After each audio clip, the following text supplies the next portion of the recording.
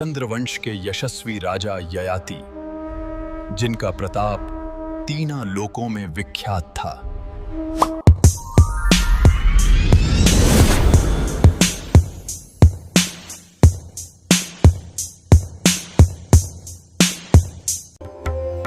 विवाह के पश्चात देवयानी के साथ उनकी सखी शर्मिष्ठा भी दासी रूप में महल पधारी।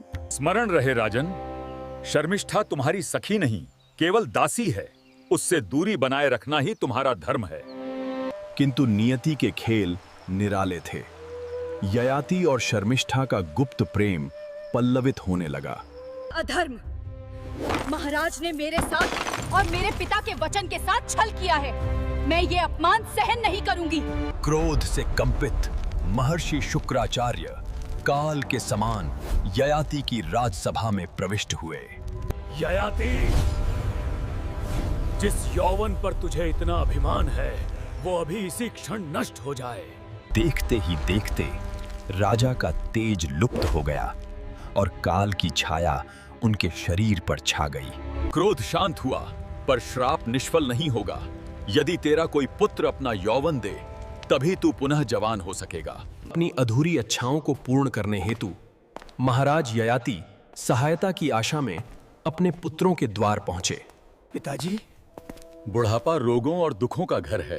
मैं अपना सुंदर यौवन आपको कैसे दे सकता हूँ? मुझे क्षमा करें।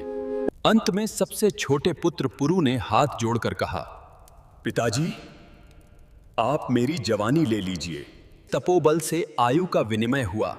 पिता पुनः युवा हुआ और पुत्र काल की छाया में डूब गया। शताब्दियां बीतती गईं और महाराज ययाति संसार के असीमित भोगों में डूबे रहे। 1000 वर्ष बीत गए, पर प्यास नहीं बुझी। भोग की ये अग्नि तो और भी भड़क उठी है।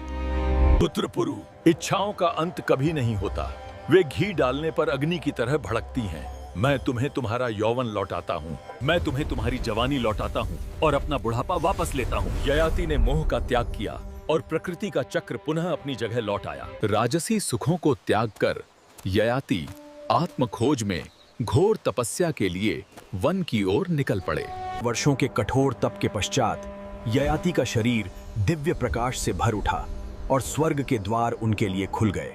राजन, आपके तप से देवलोक चकित है। क्या मृत्युलोक में कोई आपके समान महान है? देवराज, इस सृष्टि में मेरे समान तपस्वी और त्यागी न कोई ऋषि है, न कोई देवता। मेरा तप अद्वितीय है। अहंकार के स्पर्श मात्र से पुण्यों का क्षय हो गया और महाराज ययाति स्वर्ग की ऊंचाइयों से नीचे गिरने लगे।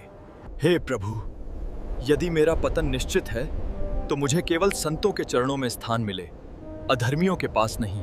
नियति ने उन्हें नैमिषारण्य के पवित्र वन में पहुंचाया, जहां पवित्र आत्माओं का वास था। पुण्य अर्जित करना तो संभव है, किंतु उस पुण्य के अहंकार से बचना ही सबसे बड़ी तपस्या है। मैं अपराधी हूं। संतों की वाणी ने उनके मन के अंतिम अंधेरे को भी दूर कर दिया। जन्म और मृत्यु, पुण्य और अहंकार के बंधनों को तोड़कर ययाति ने परम पद प्राप्त किया। इधर पृथ्वी पर पुरु का नाम सेवा और निस्वार्थ त्याग के पर्याय के रूप में अमर हो गया। इच्छाएं अनंत हैं, केवल संतोष ही परम सुख का मार्ग है। पुण्य का अहंकार पुण्य से भी अधिक घातक होता है। सावधान रहें।